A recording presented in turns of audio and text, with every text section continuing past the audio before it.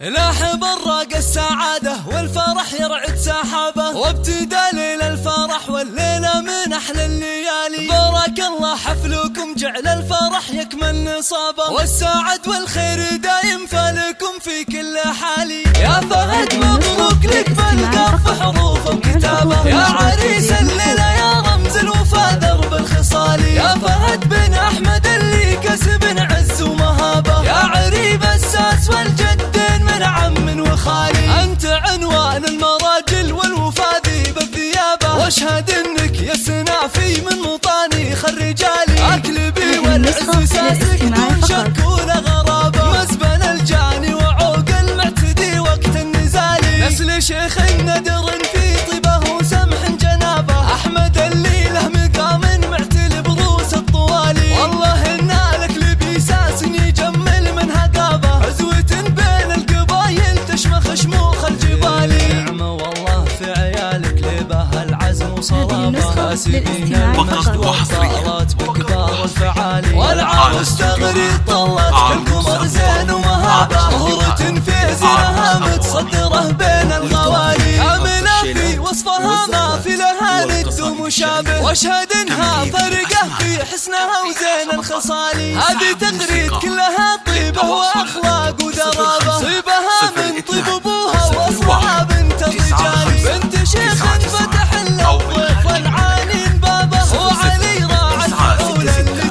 تنومس كل نسبة الغبايا اللي مجدهم كل حكابه. الرجال اهل الحمية والوفا واهل المعالي، لابت السبع عن مجد من قبل عصر صحابه، عزهم تشهد له سيوف صقيله ونبالي. نسبع الغلبة يلي مجدهم كل حكابه، الرجال اهل الحمية والوفا واهل المعالي. الرجال اهل الحمية والوفا واهل المعالي.